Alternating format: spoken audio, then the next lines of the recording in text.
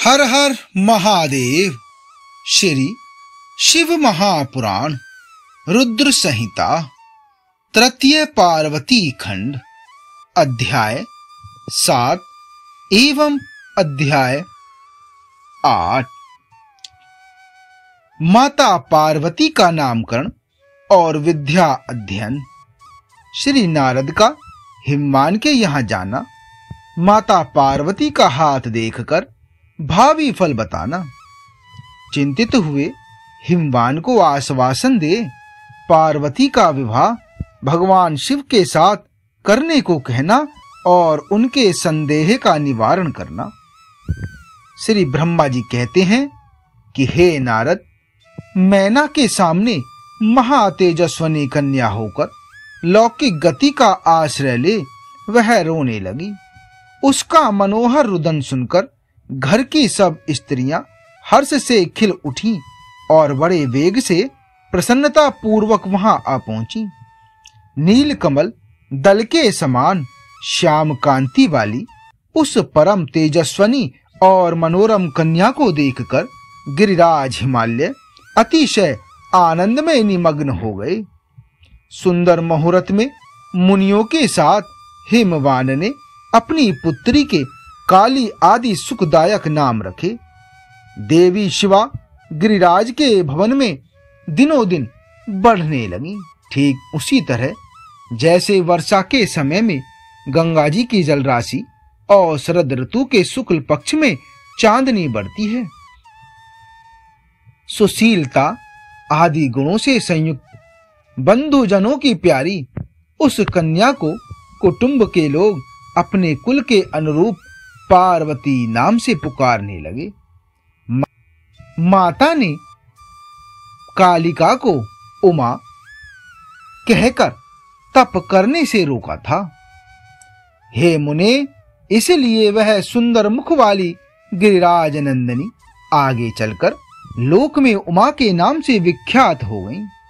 हे नारद, जब विद्या के उपदेश का समय आया तब शिवा देवी अपने चित्त को एकाग्र करके बड़ी प्रसन्नता के साथ श्रेष्ठ गुरु से विद्या पढ़ने लगी।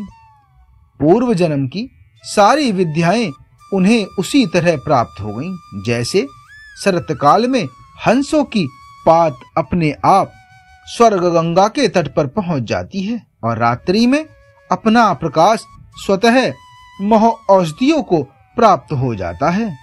हे मुने, इस प्रकार मैंने शिवा की किसी एक लीला का ही वर्णन किया है।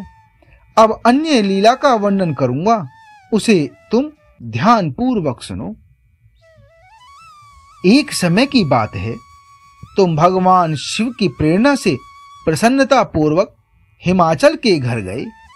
हे मुने, तुम शिव तत्व के ज्ञाता और उनकी लीला के जानकारों में श्रेष्ठ हो। हे नारद, गिरिराज हिमालय ने तुम्हें घर पर आया देख प्रणाम करके तुम्हारी पूजा की और अपनी पुत्री को बुलाकर उससे तुम्हारे चरणों में प्रणाम करवाया।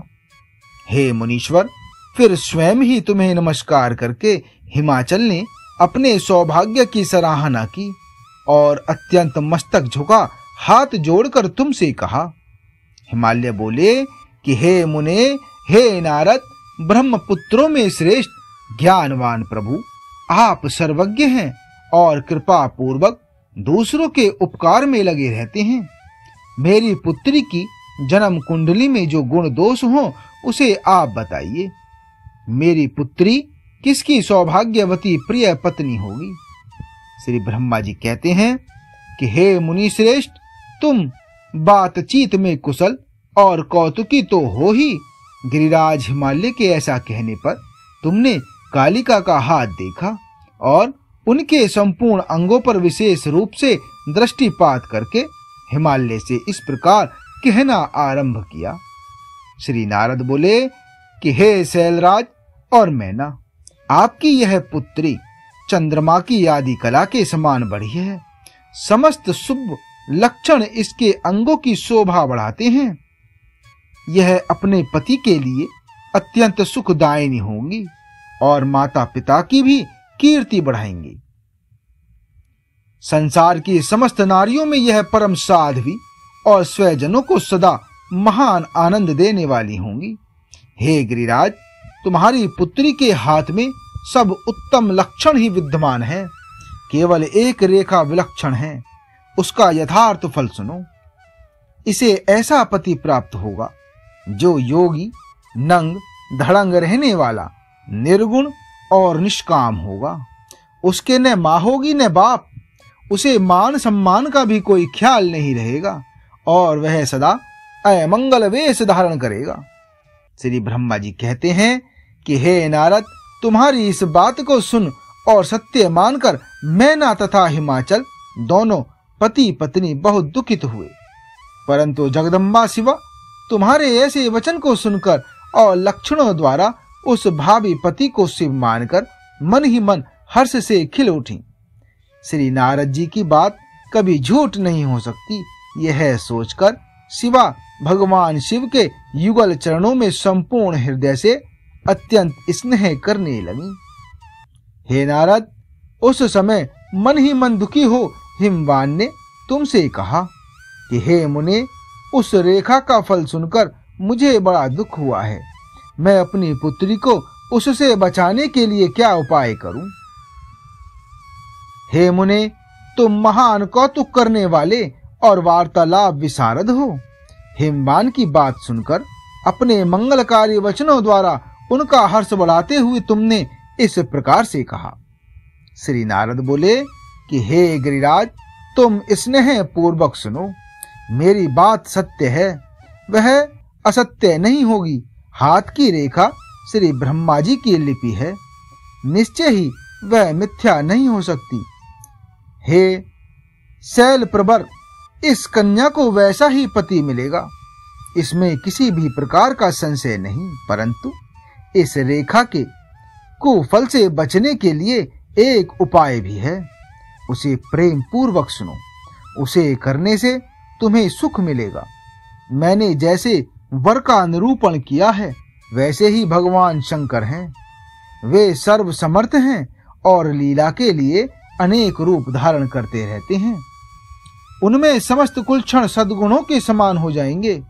समर्थ पुरुष में कोई दोष भी हो तो वह उसे दुख नहीं देता। असमर्थ के लिए ही वह दुखदायक होता है। इस विषय में सूर्य, अग्नि और गंगा का दृष्टांत सामने रखना चाहिए। इसलिए तुम विवेक पूर्वक अपनी कन्या शिवा को भगवान शिव के हाथों में सौंप दो। भगवान शिव सबके ईश्वर, सेव्य, निर्विकार, सामर्थ्यशाली और अविनाशी हैं। वे शीघ्र ही प्रसन्न हो जाते हैं, शिवा को ग्रहण कर लेंगे, इसमें किसी भी प्रकार का संशय नहीं है। वे तपस्या से वश में हो जाते हैं। यदि शिवा तप करे तो सब काम ठीक हो जाएगा। सर्वेश्वर शिव सब प्रकार से समर्थ हैं। वे इंद्र के वज्र का भी विनाश कर सकते हैं। श्री ब्रह्मा जी उनके अधीन हैं तथा वे सबको सुख देने वाले हैं। पार्वती भगवान शंकर की प्यारी पत्नी होंगी। वह सदा रुद्रदेव के अनुकूल रहेंगी, क्योंकि यह महासाध्वी और उत्तम व्रत का पालन करने वाली हैं तथा माता पिता को सुख को बढ़ाने वाली हैं। यह तपस्या करके भगवान शिव के मन को अपने वश में कर लेंगी और वे भगवान भी इनके सिवा किसी दूसरी स्त्री से विवाह नहीं करेंगे। इन दोनों का प्रेम एक दूसरे के अनुरूप है। वैसा उच्च कोटि का प्रेम न तो किसी का हुआ है, न इस समय है और न आगे ही होगा। गिरिराज श्रेष्ठ, इन्हें देवताओं के कार्य करने हैं। उनके जो काम नष्ट प्राय हो गए हैं, उन सब का इनके द्वारा पुनः उज्जीवन या उद्धार होगा। ऐद्रिराज, आपकी कन्या को पाकर ही भगवान हर अर्धनारीश्वर होंगे। इन दोनों का पुनः हर्ष पूर्वक मिलन होगा। आपकी यह पुत्री अपनी तपस्या के प्रभाव से सर्वेश्वर महेश्वर को संतुष्ट करके उनके शरीर के आधे भाग को अपने अधिकार में कर लेंगी, उनका अर्धांग बन जाएंगी। हे गिरि श्रेष्ठ, तुम्हें अपनी यह कन्या भगवान शंकर के सिवा दूसरे किसी को नहीं देनी चाहिए। यह देवताओं का गुप्त रहस्य है, इसे कभी प्रकाशित नहीं करना चाहिए। हिमालय ने कहा कि हे ज्ञानी मुनि, हे नारद, मैं आपको एक बात बता रहा हूं, उसे प्रेम पूर्वक सुनिए और आनंद का अनुभव कीजिए। सुना जाता है महादेव जी सब प्रकार की आसक्तियों का त्याग करके अपने मन को संयम में रखते हुए नित्य तपस्या करते हैं। देवताओं की भी दृष्टि में नहीं आते। हे देवर्षि, ध्यान मार्ग में स्थित हुए वे भगवान शंभु पर भ्रम में लगाए हुए अपने मन को कैसे हटाएंगे? ध्यान छोड़कर विवाह करने को कैसे उद्यत होंगे? इस विषय में मुझे महान संदेह है। दीपक की लौ के समान प्रकाशमान, अविनाशी, प्रकृति से परे, निर्विकार, निर्गुण, सगुण, निर्विशेष और निरीह जो पर ब्रह्मा है, वही उनका अपना सदाशिव नामक स्वरूप है। वे उसी का सर्वत साक्षात्कार करते हैं, किसी बाह्य अनात्म वस्तु पर दृष्टि नहीं डालते। हे मुनि, यहाँ आए हुए किन्नरों के मुख से उनके विषय में नित्य ऐसी ही बात सुनी जाती है। क्या वह बात मिथ्या ही है? विशेषतः यह बात भी सुनने में आती है कि भगवान हर ने पूर्व काल में सती के समक्ष एक प्रतिज्ञा की थी। उन्होंने कहा था कि हे दक्ष कुमारी, हे प्यारी सती, मैं तुम्हारे सिवा दूसरी किसी स्त्री का अपनी पत्नी बनाने के लिए न वर्ण करूंगा न ग्रहण। यह मैं तुमसे सत्य कहता हूं। इस प्रकार सती के साथ उन्होंने पहले ही प्रतिज्ञा कर ली है। अब सती के मृत्यु उपरांत जाने पर वे दूसरे किसी स्त्री को कैसे ग्रहण करेंगे? यह सुनकर तुम नारद ने कहा, हे महामते, हे गिरिराज, इस विषय में तुम्हें चिंता नहीं करनी चाहिए। तुम्हारी यह पुत्री काली ही पूर्व काल में दक्ष कन्या सती हुई थी। उस समय इसी का सदा सर्वमंगलदायी सती नाम था। वे सती दक्ष कन्या होकर रुद्र की प्यारी पत्नी हुई थी। उन्होंने पिता के यज्ञ में अनादर पाकर तथा भगवान शंकर का भी अपमान हुआ देख क्रोध पूर्वक अपने शरीर को त्याग दिया था।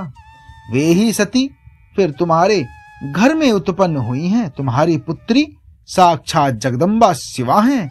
यह पार्वती भगवान हर की पत्नी होंगी, इसमें संशय नहीं है। हे नारद, ये सब बातें तुमने हिममान को विस्तार पूर्वक बताई। पार्वती का वह पूर्व रूप और चरित्र प्रीति को बढ़ाने वाला है।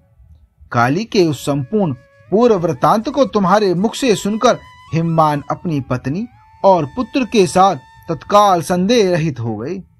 इसी तरह तुम्हारे मुख से अपनी उस पूर्व कथा को सुनकर काली ने लज्जा के मारे मस्तक झुका लिया और उनके मुख पर मंद मुस्कान की प्रभा फैल गई।